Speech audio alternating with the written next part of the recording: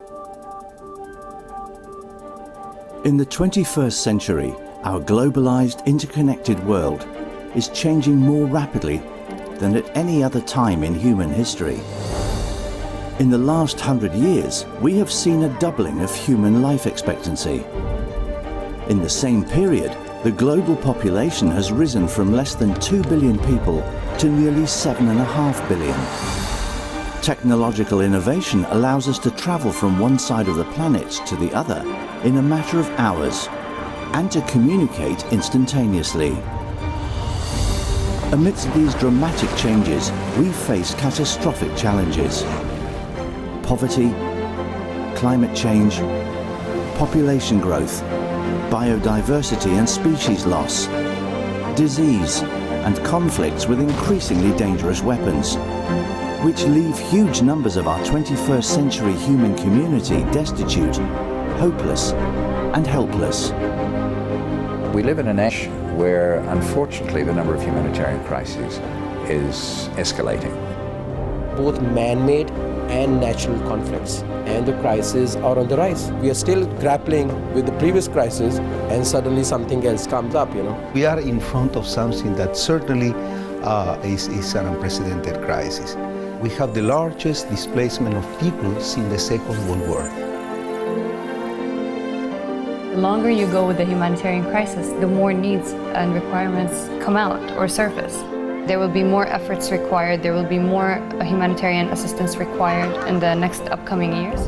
Globally, the budget for responding to these horrible, complex emergencies is very, very stretched, and more of the development dollar is having to be spent on the very short-term relief. So you can provide immediate response in terms of food and shelter.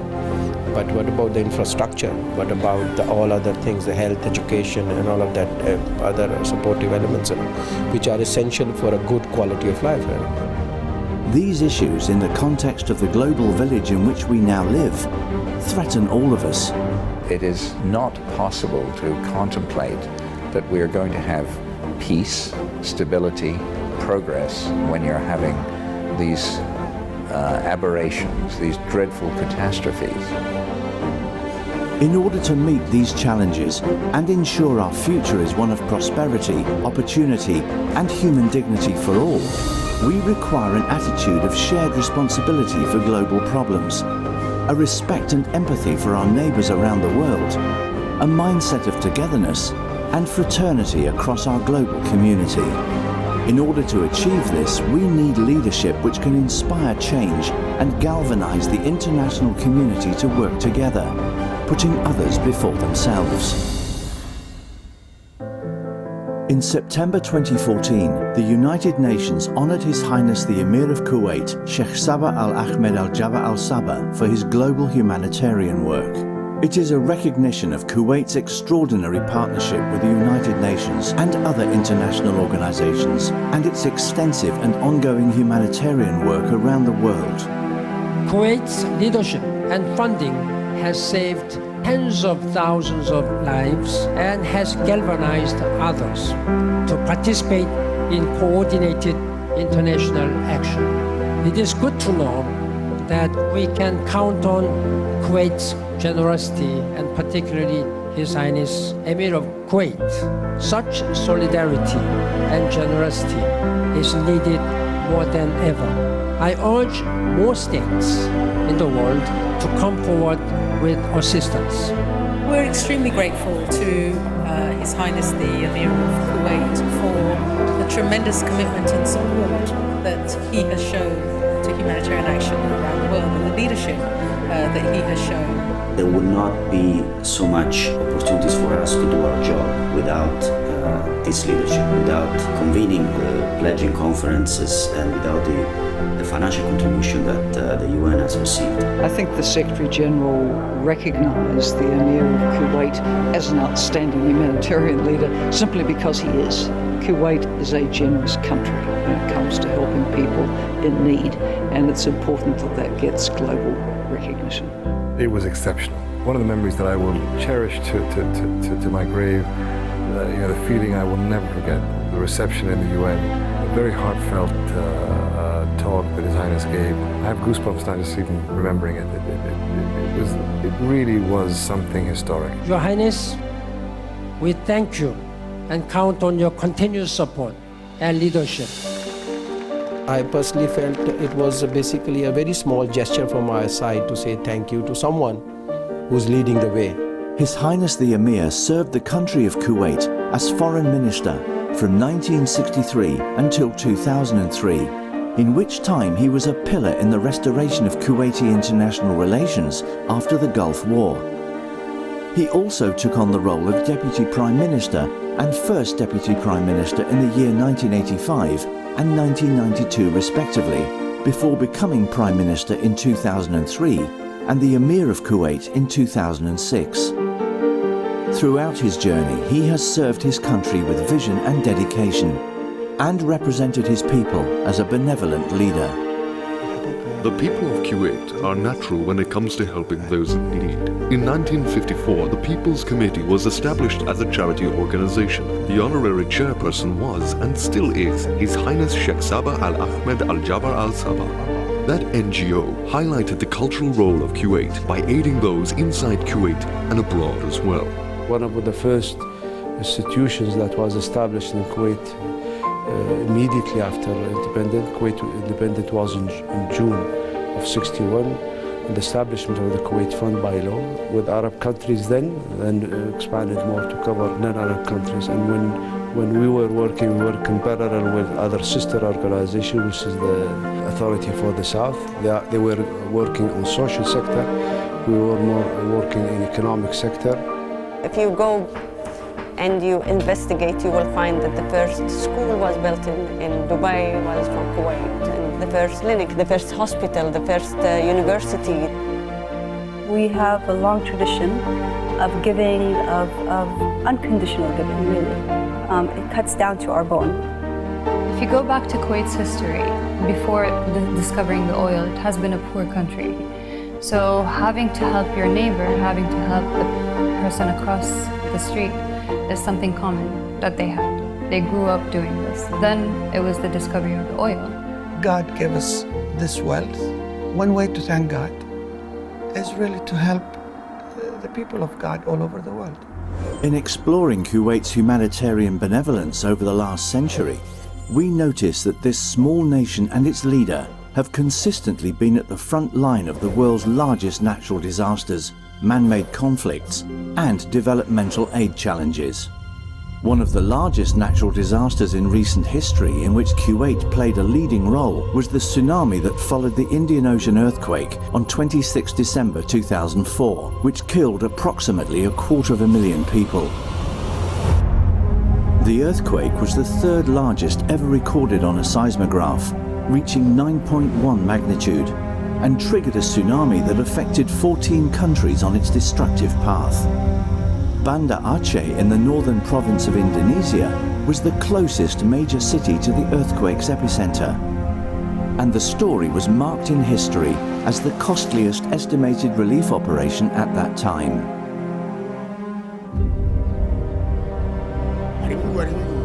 It was a Sunday morning, Sunday, December 26th. The earthquake hit Aceh and all of us were really shocked. Everything was shaking. We couldn't even stand up. About 5 minutes after the earthquake, I saw people running up the street. As they were running, somebody said, "There's water coming." The water was up to the roof. It hit my house and destroyed it. When the water came onto land, I saw a house explode. Then I saw a container and I jumped on and got washed out to sea and ended up 5 kilometers down the coast. My body was covered in wounds. When I went back to Banda Aceh to see the aftermath, I couldn't believe my eyes. There were ruins from houses and dead bodies everywhere.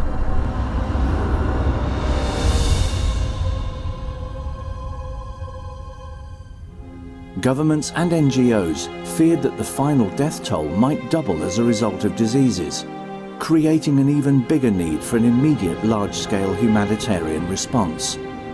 One of the first responders was from a small nation with a population size equivalent to 1.5% of Indonesia's population. We were the first ones to go there on the day after, and when we arrived, people were stunned, since some had lost all of their family. Approximately 250,000 people died during this disaster. We received instructions from Sheikh Sabah al-Ahmed al-Jabba al-Sabah, the Emir of Kuwait, may Allah protect him. We were to take immediate action to provide relief to these countries. Kuwait played an active role by providing immediate aid relief in the aftermath to help reduce suffering and bring stability for the devastated communities of the affected countries. We began coordinating with the Indonesian Red Cross, making a list concerning the refugees' needs. After that, the Kuwait Red Crescent Society began sending aid, such as clothing, tents and food.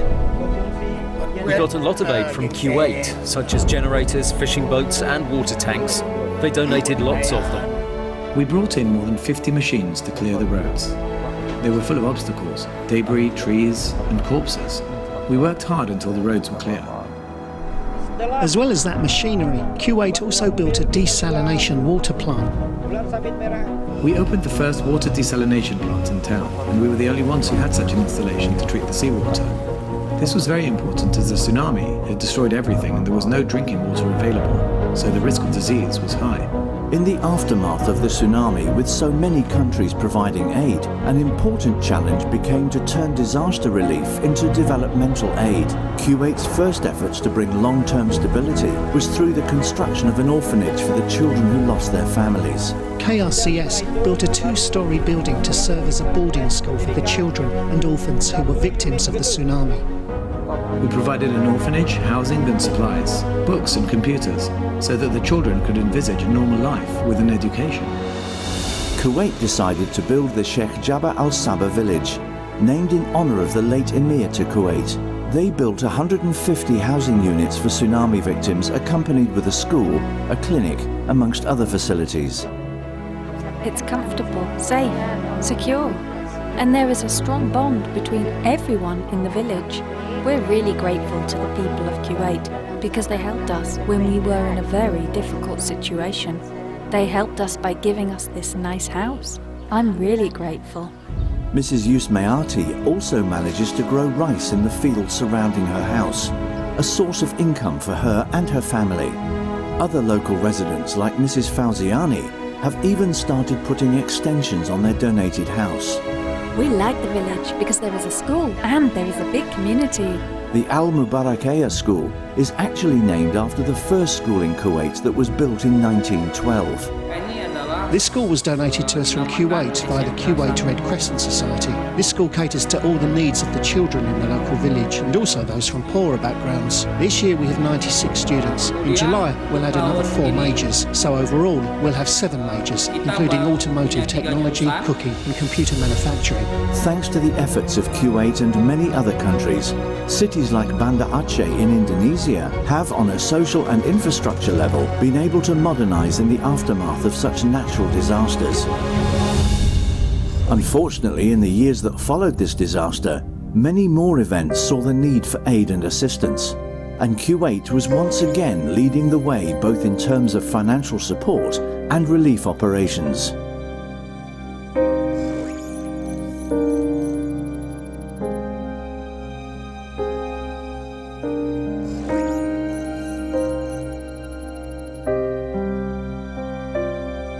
Another global challenge is the spread of epidemic and endemic diseases, which are becoming more easily transferable with the growth of global interconnectivity. The recent outbreak of Ebola, despite not affecting Kuwait, was an important cause for His Highness the Emir, who donated generously towards immediate scientific research in order to control and eliminate the threat from our global society.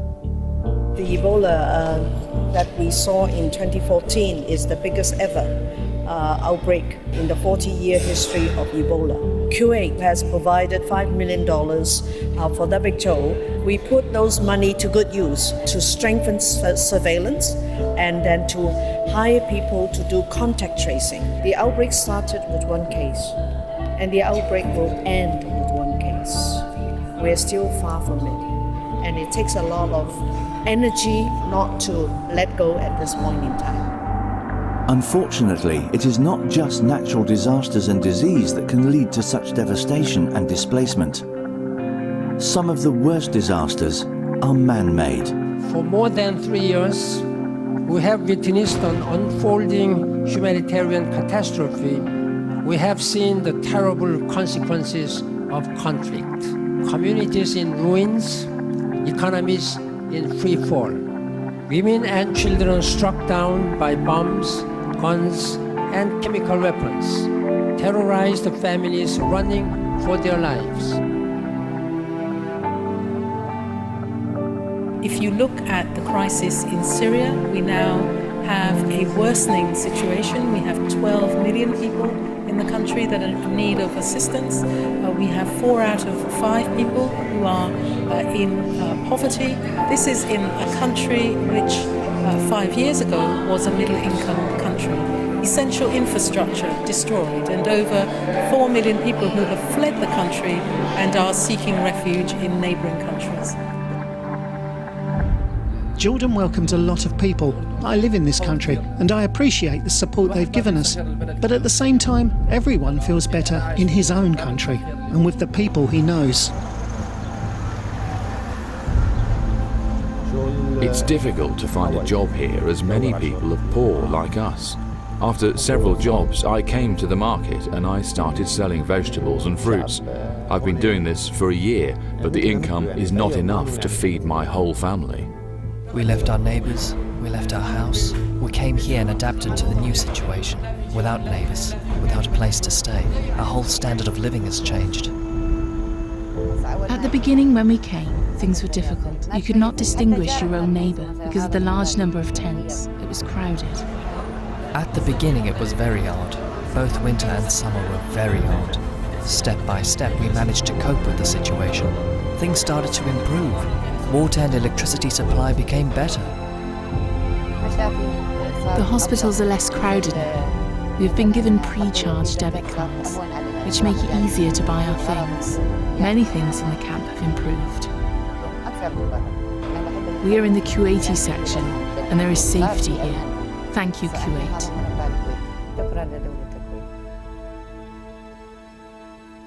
Without the support of concerted international aid and collaboration, neighbouring countries would not be in a position to take in the staggering number of Syrian refugees. Kuwait's role has been to act as a galvaniser in persuading the international community into action, whilst itself providing vital funds to ensure the displaced refugees have food, water and shelter.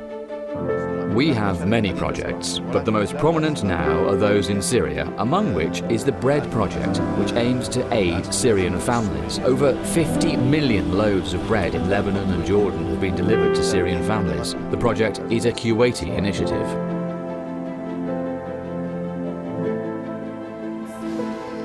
These poor people left their home, their country, and they've come here with nothing. Our bakery is surrounded by 6 Syrian refugee camps. So I think that by helping them with 2 bags of bread per day is the very least we can do. However, considering the protracted nature of this humanitarian crisis, aid organisations are having to turn crisis aid into long-term development projects. And usually when we look at the 4 years of crisis, we have the impression that this is just accumulating the numbers, getting more refugees, more displaced people. But we don't look at the way that these people, you know, the condition of life, they are completely, you know, this is a huge problem of impoverishment. We are trying with a Kuwait Development Fund to look at the way that we move from water tracking to water extraction, when we move to cash voucher support to employment generation, if we move from food assistance to food production. As the number of Syrian refugees in neighbouring countries continues to grow, ensuring access to quality healthcare is becoming an increasing challenge. So Kuwait's additional donation recently of $110 million for UNHCR's Syria crisis operations came at an ideal time. When the UNHCR gave the association the right to provide medical support for the refugees and pay for it, we were very happy. And the Syrian refugees can now start benefiting from the medical services we provide, which include paediatric medicine, reproductive health, dentistry, heart and stomach specializations, and chronic disease treatment. With the capacity in refugee camps now stretched to an all-time high, nearly 80% of the refugees are actually having to find shelter in the host communities. But as their vulnerability has deepened, more and more have had to resort to living in abandoned buildings, garages, sheds, work sites and informal settlements. Through the financing provided by Kuwait to UN agencies, Salim and his family moved to a new rented house very recently. We lived in several areas before moving here. It was very hard on the children, but now we are happy, comfortable and feel more secure. We cannot afford the house's rent. Now we do not pay anything. UNHCR settled us here. We feel comfortable. All the community is very kind. When you have 100,000 refugees in a country, you have a refugee problem. When you have 1.2 million and they make up 25% of the population of your country, you have a national problem. There is no country in the world that has so many refugees per capita as Lebanon. It's very important that we bridge this gap between humanitarian aid for the main purpose of life-saving to more long-term development.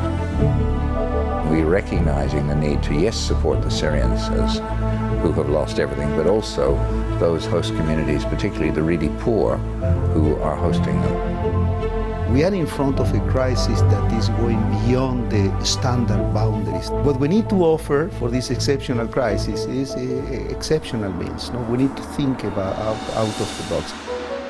As the largest humanitarian disaster since World War II, this crisis needs all of the international community to pull together. Kuwait has been an exceptional leader in this regard. It has hosted 3 pledging conferences successively every year since 2013. The first 2 conferences raised $3.9 billion collectively and $3.8 billion in the last conference alone, with Kuwait pledging $1.3 billion of the total amount. But what Kuwait does is to provide a platform for discussion of the major humanitarian challenges. And then, of course, there is Kuwait's diplomacy and the work that Kuwait does as an active political partner in seeking resolution of so many of the conflicts in this region. This country has led the way, already organized 3 pledging conferences, mobilized the global community at the highest level, made probably the largest contribution in all 3 occasions, motivated others to come forward. I think you can't find a better example than this, really, The United Nations Award is a testament to the generosity of the people of Kuwait. But to really understand that generosity, one has to search deeper in Kuwait's legacy. There are many motives. Islam is not the only religion that promotes charity work. All religions promote charity and helping those in need.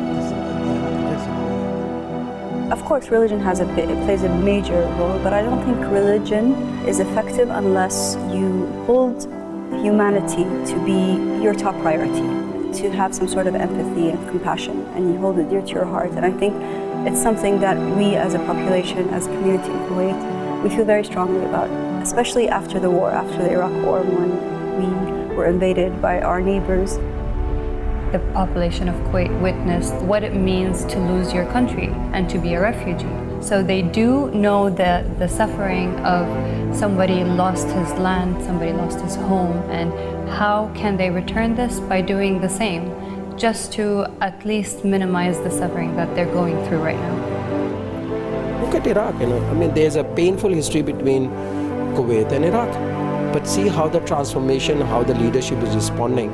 I don't know if you're aware of the fact that every year there is a compensation which Iraq has to make for the reasons well known. But this year, because of the internal, sort of more demands, needs and economic pressures within Iraq, they were not in a position to give that a particular amount this year to make that contribution. So they made a request to Kuwait, can you please give us more time? They agreed, the leadership agreed. We've been giving some people would call it the good fortune of having resources that many other countries don't have. So we tend to like to share these resources with people that need them around the world. And I think just over the years and decades, our young men and women have grown up with that. It's become a norm for us. So the tradition of volunteerism in Kuwait is very strong. The good thing about here in Kuwait, you will see tens, if not hundreds, of small charities that they're really helping societies all over the world, regardless of race, religion, or location. With such energy from the civic society in Kuwait, volunteerism has become an integral part of youth development in the country.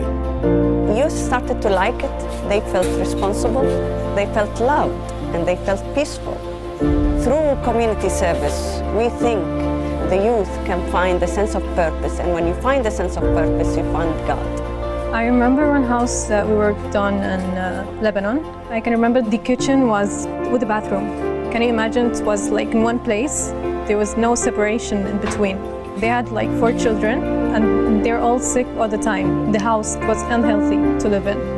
We find a solution how to separate the kitchen from the bathroom. It took us like 2 weeks. I saw the tears of joy, and I was like, okay, I should give more. I should give more to the people who needs like such a project like this. Humanitarian work knows no boundaries, limitations, or nationalities. Kuwait and His Highness earned that title and is going for more, using the help of its young people.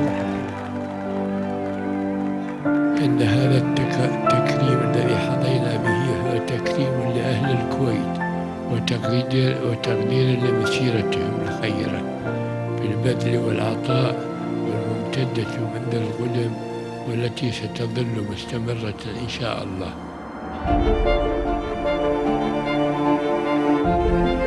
The legacy that Kuwait leaves for its young people will serve as an inspiration, a blueprint for the true meaning of global citizenship. Its humanitarian endeavours are now deeply entwined within the country's cultural DNA. Never has the world needed this attitude of fraternity as much as it does now. Our globalised, technologically advanced planet provides almost unimaginable opportunities to many, but this only makes the desperate situation of others all the more poignant and unsettling. As a human race, we are at our best when we are willing to sacrifice for the betterment of others. Kuwait's leadership in the humanitarian field serves as an example to the wider international community for what it means to be at the front line.